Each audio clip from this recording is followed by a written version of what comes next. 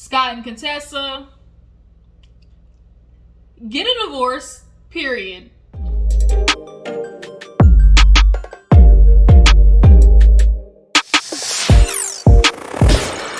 Hey y'all, your girl G here. Welcome back to my channel. We're going to talk about Married to Medicine, y'all. I'm trying to play catch up. Married to Medicine, I don't even know why they're doing 3 parts, but what the hell, you know that's what they always do, try to drag, the mess out. Basically, on this reunion, we realized that Scott does not want to change his behavior. He wants to stay married and complacent in a marriage that is unfulfilling to his wife because he still gets what a man gets out of a marriage. A woman will be miserable and still do her wifely duties, which is why men continue to still be able to do what they do. He is going to basically gaslight and stonewall Contessa, literally have her going crazy, instead of owning up to his behavior and changing it. He does not want to admit that he is messing this up, period.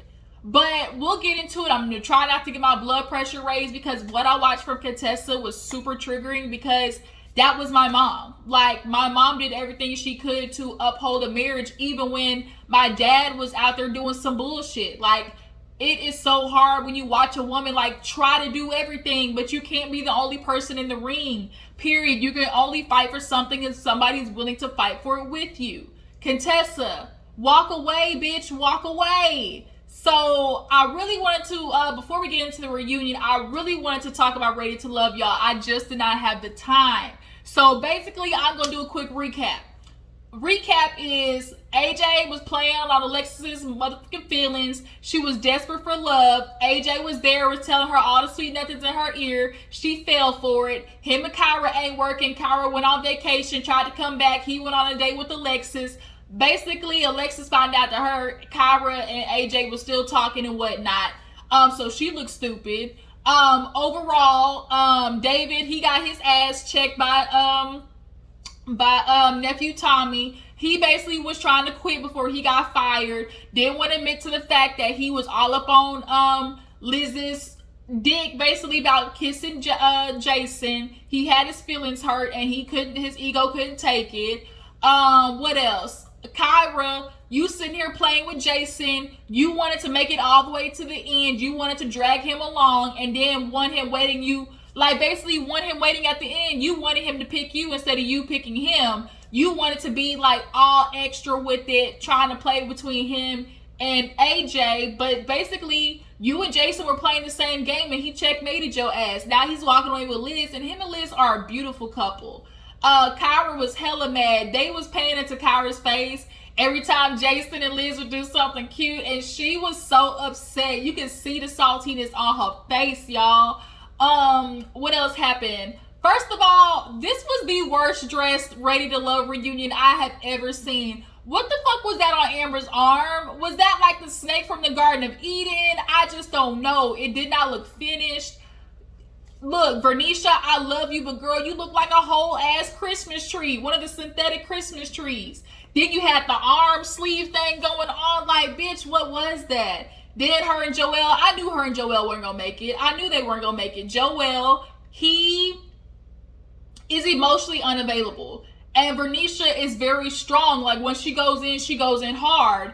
And Joelle, I don't think, was prepared for that. She didn't do anything different. I do believe Joelle definitely switched up on her. She was maintaining contact, wanted to go out on dates, wanted to do these things.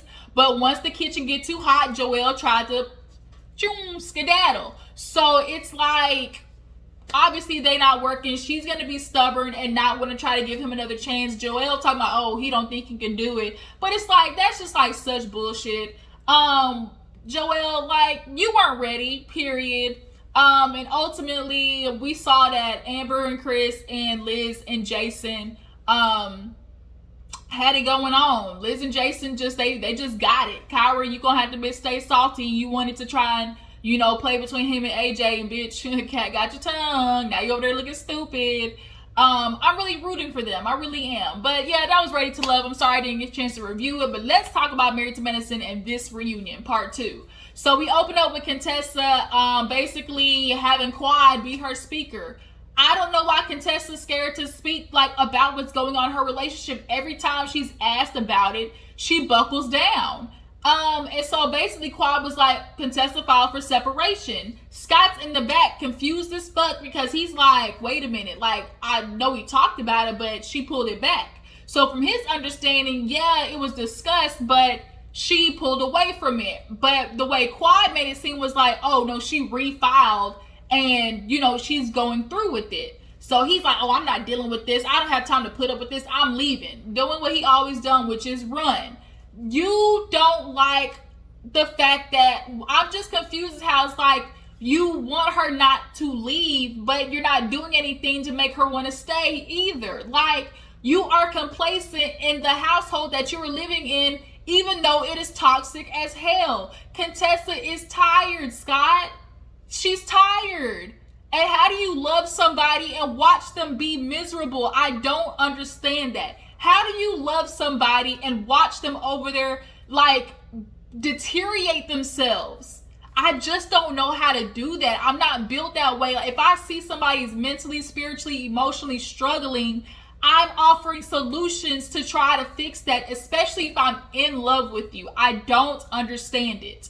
So now Scott, he trying to run. The man's like, no, you need to go out there and talk to her. So he goes out there and like, what you talking about? I thought we wasn't doing the separation. I thought, you know, he was trying to go off. She's like, that's not what I said. Like, she's like, I said separation. He's like, oh, separation basically is a divorce. No, it is not. Separation means we need to take time from each other. We need to like get each other individually stable. When you are in separation phase, to me, that means let's just give each other time to heal each other, like ourselves, time to build upon ourselves to become more like a whole person, because you cannot be half and half in a relationship. It's just like you both can't be like Swiss cheese. Swiss cheese got a bunch of holes in it. You can't try to fill the holes for the other person. It doesn't work that way. So now he's sitting out there and all the women are looking at him like, Scott, you see your wife is struggling. Like, what are you gonna do? And Heavenly's like, why are there so many rumors, Scott? I mean, I don't know. I mean, what you tell me what the rumors are. Every time Scott got asked a question, he would answer the question with a question. Nigga, if you don't answer yes or no, be straight up. Oh, what do you mean? I don't know what the rumors are. You tell me what the rumors are. No, why are there rumors, Scott? He admits, oh, you know, I get DMs, but I didn't even know what a DM was till last year. Like, he kept going back to, I didn't know what a DM was. That's not what we're asking. We're asking, why are you in the DMs replying to these women, obviously sending you inappropriate messages?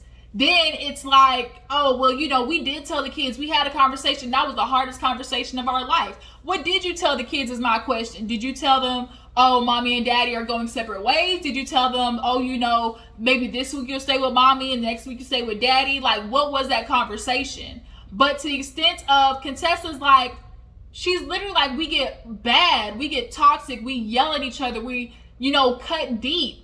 And Scott's over here trying to sugarcoat it. She's like, it gets volatile. What do you mean volatile? I mean, we you know, we get in arguments, but I wouldn't say volatile. Your wife is telling you what you do to her feels like volatile, like that bad. Clearly what you were saying to her is digging at her. And you want to keep trying to make it not seem as bad as it is why you and Contessa are in this situation. Contessa is like taking everything that Scott is doing and it's like compounded on her, obviously as a woman, because you feel like, well, I'm the problem. I got to fix it. You know, I'm the one in a relationship. What am I not doing to uphold my end of the bargain? To why this man is not loving me as a husband should. And Scott, you refuse to do what Contessa's asking you for. She's like, what's the one thing I've asked for in our relationship? I mean, consistency. I mean, you know. And Toya, everybody was looking at her like everybody knew the answer but Scott. Like everybody knew the answer. Toya's like, counseling. He's like, I mean, oh yeah, you know, I mean, I'm trying, you know, we've been doing this thing. We've been trying, like, do I get an A for effort? What effort? What effort, Scott? If you're not going to counseling, that's not an effort.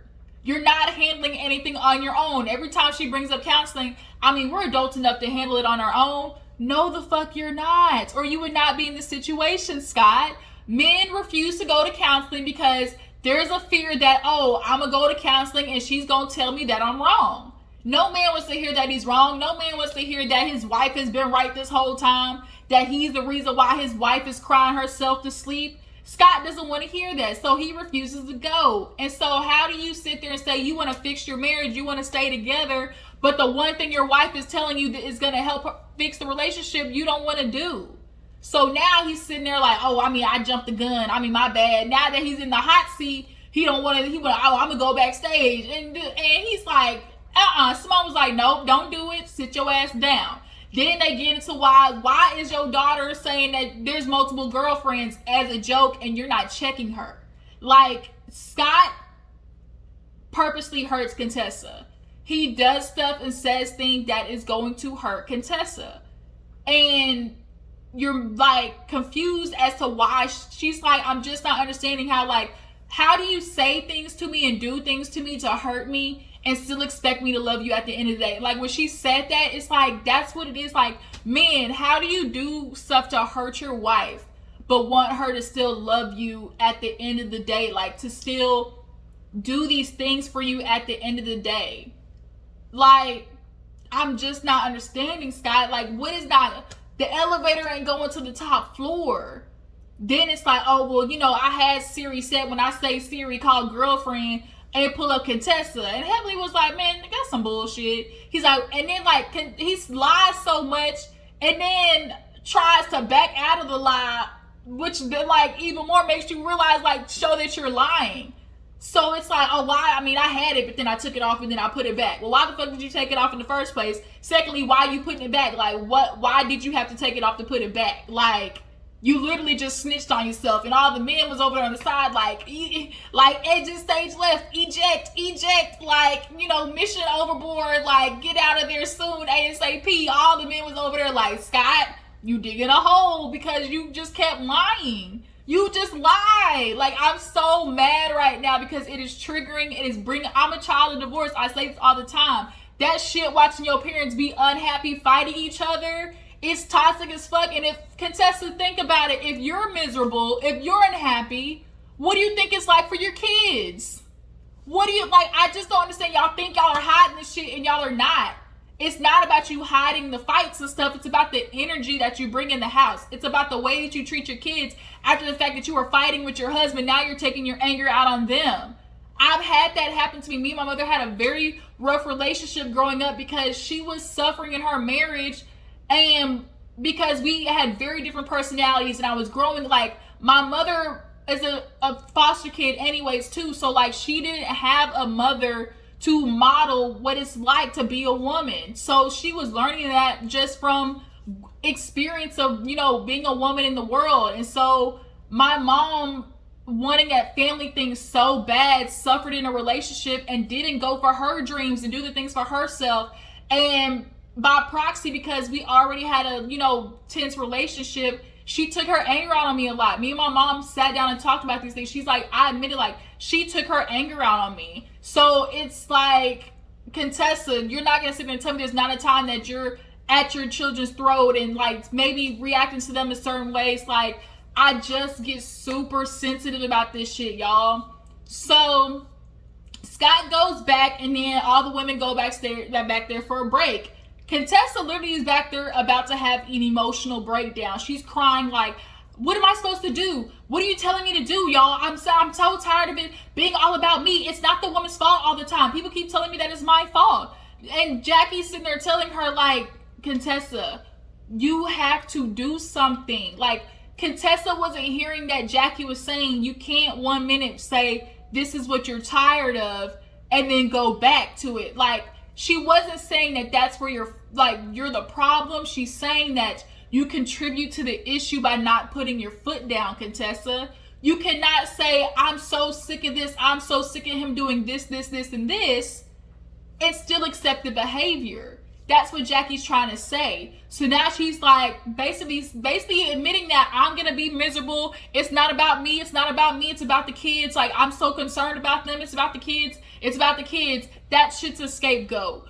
Using your kids for the reason why you decide to stay miserable, unhappy, is a scapegoat. Admit that you don't want to pull the trigger. Admit that part, Contessa. That's what you need to say. Admit that you do not want to be the one to pull the trigger on the divorce. you don't want to do it because you know what that looks like. Oh, I'm a divorced woman with 3 kids. What's going to happen after that? What are people going to say about me? Are people going to, blame me for the late? Like, that's what you're more concerned about. But you would rather your kids watch the madness. That's what I'm just confused. You would rather your kids sit in a toxic household for the sake of seeing mommy and daddy together. It's not about staying for the kids. Don't stay for the kids. Fix it for the kids. That's what that's supposed to be. It's not enough for mommy and daddy to be together. It's not enough to see mommy and daddy together. That's not what it's supposed to be. You're supposed to see mommy and daddy together happy and healthy. Happy with their life. Happy with themselves. Happy with the direction that they're going for their future. Healthy mentally, spiritually, emotionally. If those things are not happening, that is not what you are supposed to model for your kids. It just irks me, y'all. So now she's up crying. What am I supposed to do? You want me to manifest a relationship, but now I'm too happy on Instagram? Bitch, you faking it. You said, like, I'm just supposed to. She basically is like, I'm gonna wait it out till it pass.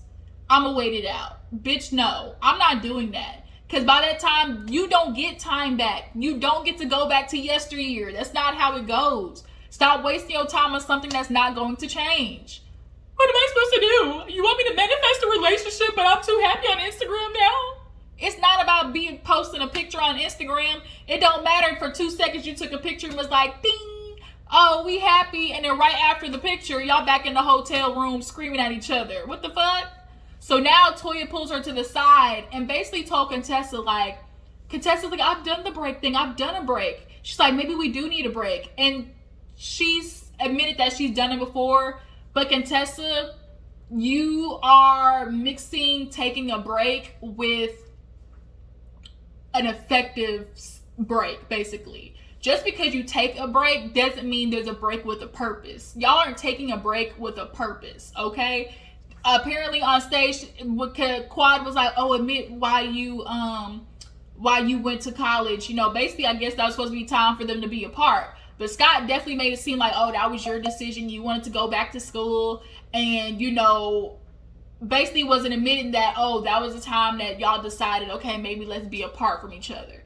And then you basically used that with the kids. We all remember how you was basically playing with the kids, like saying, oh, mommy basically abandoned us. Scott does that. You can tell that Scott does that shit. But Contessa had to hear from Toya, it's not enough for a break. It's not just a break. You have to break until he changes.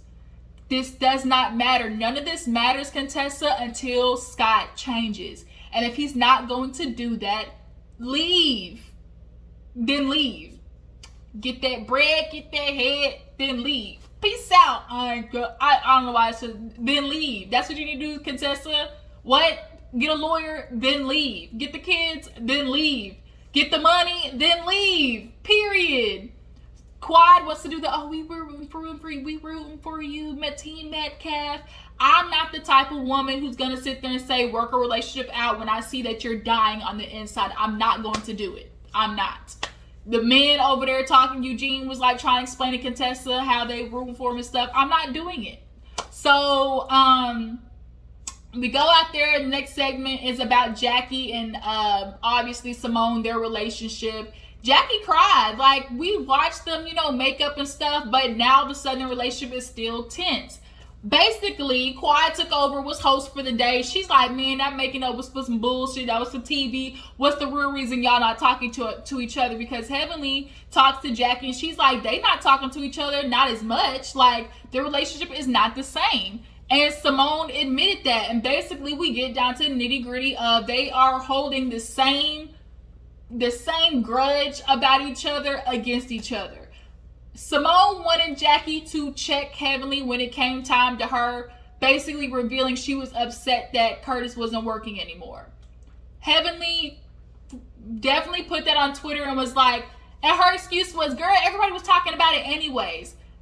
Even if everybody's already talking about it, you basically reiterating it or confirming it, like, that's not what a friend does. And she obviously told you something that was in private, even though it was rumors and like people were already like saying that shit. you don't basically need to verify it. And so for you to do that, Simone, a friend of Jackie's for 20 years, was just looking for a little bit of, dang, Heavenly, like, maybe just see on Simone's side how that can hurt her feelings. Like, obviously, like, she was just looking for Jackie to be there for her. And I understand where Simone was like, I don't know how you can equate our relationship of 20 years to you and Heavenly's relationship of 4 or 5 years. She's like, I would be offended. Bitch, I know you for 20 years. And you gonna tell me you can't defend me against somebody you know for 2 minutes? Like, fuck you. And the horse she rode in on. I get what Simone was trying to say. And then Jackie, she wanted to talk about the Buffy situation. I think Jackie was just trying to find a reason to be mad at Simone because Jackie knows she's not stupid. She knows she could have checked Heavenly on that, but she doesn't do it. So now Jackie wants to pull, well, I'm looking for the loyalty that you give Toya. She can sneeze and you come up with an excuse. So now Jackie wants to pull up Buffy like, oh, everybody was crucifying me. And she's like, bitch, don't play with this with me. I went to you behind the scenes without no cameras and told you, Jackie, that was not you. That was not a representative of you. You need to go fix it. I did that off camera. And Jackie was basically saying, well, she was looking for her to say that in front of everybody else. So for her to come in front of everybody else and be like, y'all know that's not Jackie. Like, what was that supposed to do, though? How was that supposed to show loyalty? Her loyalty to you is to check you when you're wrong. But the problem is, Jackie, you didn't want to admit that you fucked up. You didn't. Which is why you had such a bad reaction. And so you realize that Simone had something valid on you. And so you want to find something to put back on her. That's what I see. Jackie was looking for a reason to be mad at Simone. That's all it was. And Quad was right with this, like, y'all ain't really trying to tell each other what the truth is. Like, what is really, really bothering you? And that's finally when they came up with, obviously, the Buffy situation. And Simone said, you know what, I do hold a grudge. She said, fuck you, Quad. Because Quad's like, oh, so you say you hold a grudge? She's like, fuck you. But yes, like, I hold a grudge. He's like, when I fall on somebody hard, like, I fall hard. So now she's trying to just get back in a good place with Heavenly because her and Heavenly were really good friends.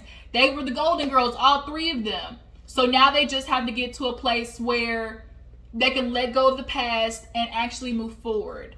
I just don't know if that's possible because Jackie does have a tendency to sit there and watch Heavenly talk about people and not say anything, which Simone is like, she talks about my teeth. I love Simone's teeth. Like, when she laughs, them hoes be sticking out, and it's just funny. Like, that is for Simone. And Jackie does this thing where it's like, girl, bitch, I was just joking. But it's like, just you joking at somebody else's expense. And because you find it funny doesn't mean they're supposed to find it funny too. So Jackie does a really bad job of checking Heavenly with that. But at this extent, like, I don't know how it's going to go going forward. So we get to the husband segment, and they basically talk about husband 101. Your wife is always right. Your wife is always right. Happy wife, happy life. Bitch, I'm always wrong. Basically is what it is. Whatever a man does, a woman multiplies it. I always remember it's like, you buy a house, she'll make it a home. You buy groceries, she'll make you a meal. You give her a little semen, she gonna create a baby. Like, we multiply. So if you giving us grief, you giving us shit, bitch, get ready for this tornado. Like, if you don't like what you are receiving, change what you are giving. It's that simple. I forgot where I heard that, but it's like, it's that simple. And so now the men are sitting there looking at Scott like, woo, buddy, like, you had this woman picture on your phone. Then you tried to tell us about this life coach. And at first, the men were trying to defend Scott. And it was like, you know, the way he told us, like, we was kind of like, okay. But Scott basically admitted that he lied. He was like, you know, I just said it. And, you know, she told me, oh, you got a life coach. And I just told her, yes, like, I found it. And, you know, I said whatever. Like, basically, it was all a lie. So, like, when the men were defending Scott at that, you know, vacation, they were like, well, you need to get both sides of the story. And it's like, first of all, y'all know Scott. This man the whole time has been saying, I don't want to do therapy. I don't want to do therapy. I don't want to do therapy. Then all of a sudden, he pops up with a life coach for 7 to 8 months. 7 to 8 months, Scott? Really? Really? Really? Like, and you want to, like, sit there and do that. Then they get on the conversation of like, oh, you know, everybody's obviously getting things in their DMs. Like, what do? Bitch, block, block, block. Like, all of them said block, and then Curtis, Curtis dumbass talking about, you ain't gotta block immediately. All the women in the back said, oh, hell no. Nah. Even Andy, all the men heard it, was like, Curtis, now look, bruh, with your past and history, you might want to try to recant that statement. But it's simply all about how Scott knows he's tormenting Contessa. He knows what he's doing, but he's complacent in it because Contessa allows him to be. You show people how to treat you. And because she's not walking away, he's going to continue doing the same shit. Now watch what happens live. She said they were in counseling for 2 weeks. Do I think his behavior is going to change? Absolutely fucking not. Next season, we gonna see them bitches divorced, and we gonna see the kids talking about, oh, mommy and daddy F you, F this. They gonna be cussing at each other because that's what mommy and daddy be showing. So now Scott, he want to sit there and admit to Andy, I do say, like, I don't be cheating, I don't go into it, but I mean, like, I'll be like, oh damn, or like, oh shit, or something like that, commenting on the picture. Like, why are you even opening up lines of communication? He feels because he might not have gotten physical or tried to take it to that point that it's not cheating. But you're definitely doing something inappropriate that you know is disrespectful to your marriage. Which is why you backpedal and pop when they ask you about it. So I may have replied. I may have said something. Nigga, fuck you. You know if you did or not.